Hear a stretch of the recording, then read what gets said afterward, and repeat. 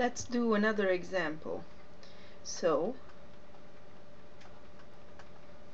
let's say that we start out with a fraction that is of the form 11 over x times x minus 1 times x plus 3. Now we know that there are going to exist constants a, b, and c such that a over x plus b over x minus 1 plus c over x plus 3 will actually add up to the original fraction we have. So what we need to do is figure out what a, b, and c are. Okay, so what we need to do then is create a common denominator, which in this case is going to be x times x minus 1 times x plus 3.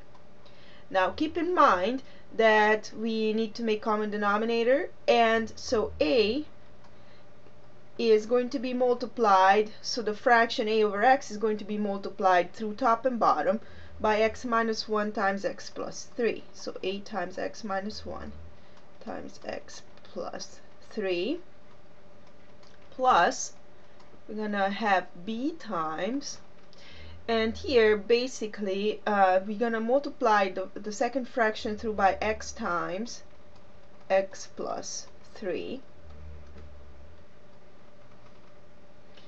and the last fraction is going to be multiplied through by x times x minus 1. So we're going to have c times x minus 1, right?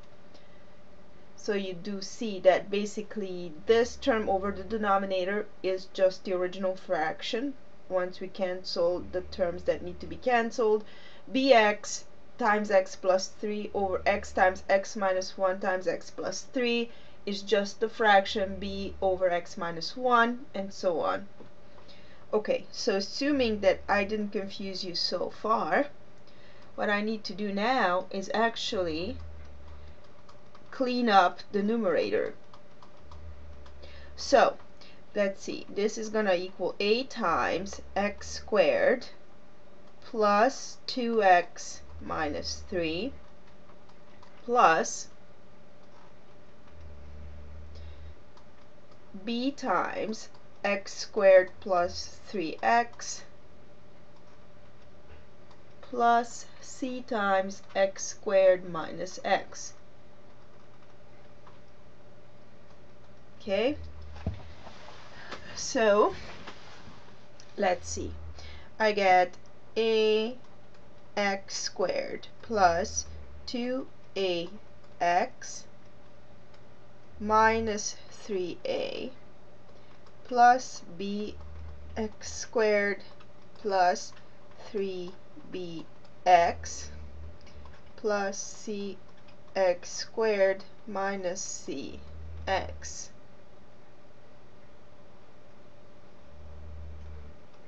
And this is still divided by x times x minus 1 times x plus 3. Okay, well, that's just peachy. I need to change pages here. So we end up now with the fraction. If I remember correctly, the denominator is x times x minus 1 times x plus 3. I can check. Yes. Now I'm going to look at collect like terms, and I have an ax squared plus bx squared plus cx squared, so I'm going to factor out the x squared from all of those, and I get x squared times a plus b plus c. Okay, next I'm gonna collect all the terms that have an x in it, so that would be 2ax plus 3bx minus cx. So 2a plus 3b minus c is what's gonna be left. So 2a plus 3b minus c times x is what we have once we factor out the x from those three terms, and then I need to write down the constant term, and the constant term ends up being just minus 3a. Okay.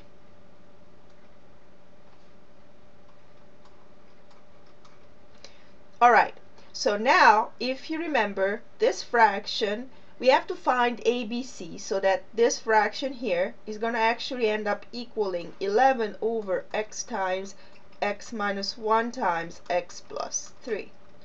Now the trick is to remember that basically these two fractions are going to equal if and only if the numerators are equal. So we want a plus b plus c times x squared plus 2a plus 3b minus c times x minus 3a to equal the other side here, which is 11.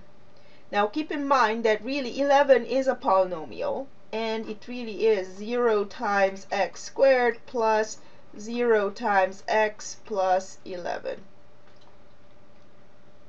Right? Because the reason I want to think about 11 this way is because really if I have a polynomial on one side and I want to make sure that that polynomial equals the polynomial on the other side, the only way that's going to happen is if the coefficients of each of the monomials, the coefficients in the monomials are themselves equal. So the coefficients of the x squared terms must equal, the coefficients of the x terms must equal, and the constant terms must equal. So this tells me, in other words, that since there was no x squared term on the left side, the coefficient of the x squared, no x squared term on the right side, the coefficient of the x squared term on the left side must equal 0. So a plus b plus c equals 0. 2a plus 3b minus c must equal 0 as well, because there was no x term here, or that is the coefficient of x was 0. And then we also have that minus 3a is equal to 11.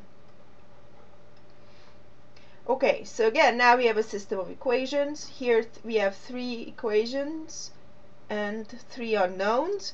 The last one is easy to solve for a, so we get a is equal to minus 11 over 3. As you can tell, these are not prefabricated examples, because all of the sudden we have to deal with fractions. Okay, next, let's see. I know what a is, so I'm going to take the top two equations and replace a by minus 11 thirds. So minus 11 thirds plus b plus c equals 0 is the first of these equations. And minus 22 over 3. Alright, next page. So I'm going to rewrite minus 11 over 3 plus b plus c equals 0. Then minus 22 over 3, which was the 2a part of the second equation, plus 3b minus c must equal 0 as well. So now I've changed my 3 equations and 3 unknowns into 2 equations and 2 unknowns.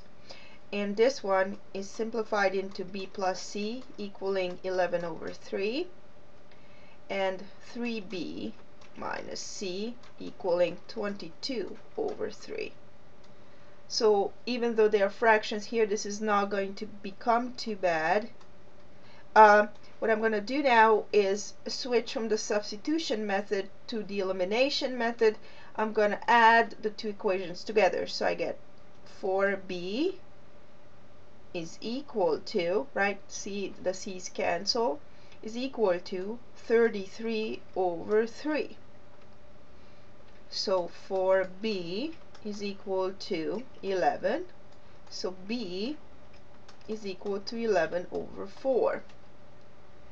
Well, great. Now I'm going to use the first equation in this latest system of equations.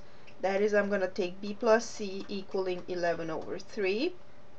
And I'm going to plug in 11/4 for b here. So I end up with 11/4 plus c equals 11 over 3. So c is equal to 11 over 3 minus 11 over 4. I'll make common denominator, which is 12. So here I multiply top and bottom through by 4, so I get 44 minus, here I multiply top and bottom through by 3, so 33, and I end up with 11 over 12. So there we go. We have found the solution to the system of equations. And so what does this mean? So I'm going to summarize here.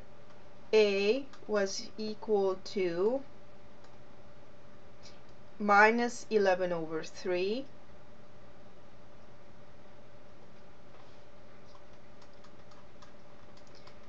B is equal to positive 11 over 4, I believe.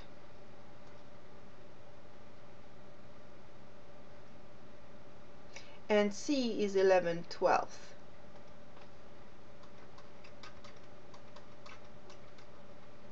Now, what are these numbers representing? Well, we know that the fraction that we started out with, 11 over x times x minus 1 times x plus 3,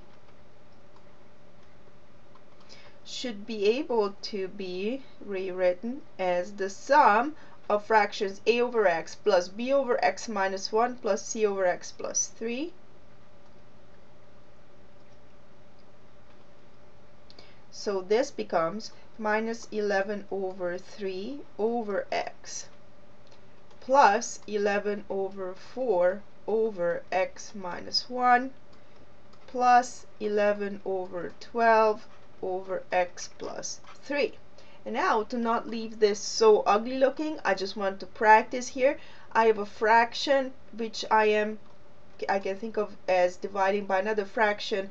Bottom line, I end up with minus 11 over 3x plus 11 over 4 times x minus 1 plus 11 over 12 times x plus 3. So basically, you can always simplify these fractions here.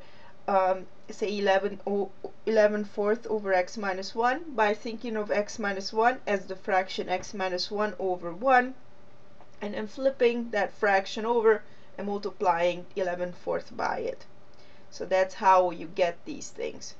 Okay, so this is the answer. Notice that we have rewritten a fraction whose denominator was degree 3 by a sum of fractions whose denominators are linear.